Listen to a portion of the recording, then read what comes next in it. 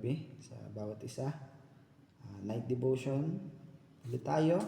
At dito na tayo sa verse 7. Chapter 7 ng Kawikaan. At yun, umpisa na natin.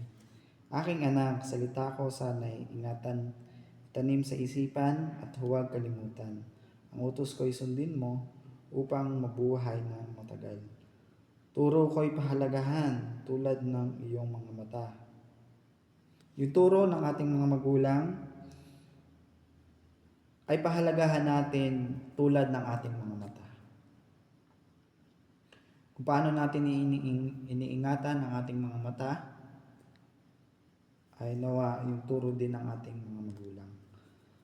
At yun, ito pang verse 1. Salita ko sana'y iyong ingatan. Yung salita ng ating mga magulang para sa ating ikabubuti ay nawa pang-ingatan natin.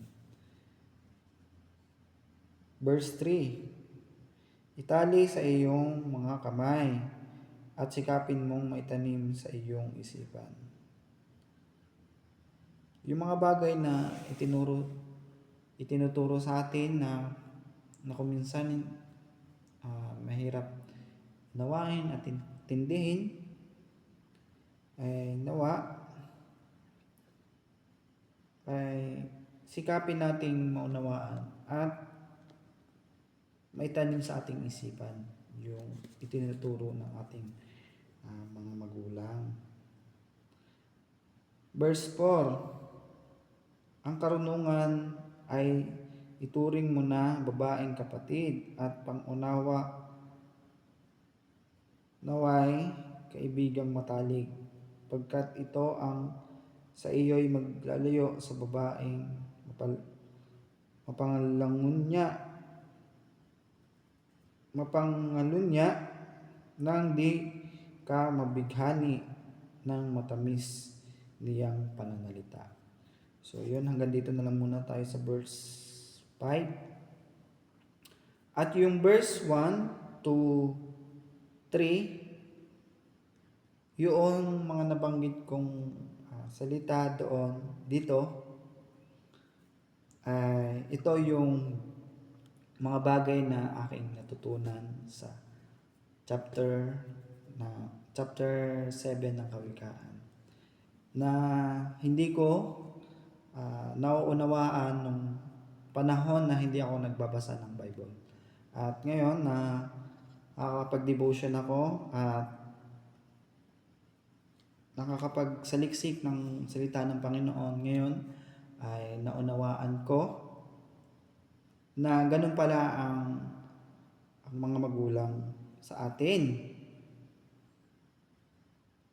na yung mga bagay na itinuturo nila sa atin ay ikabubuti natin din pala.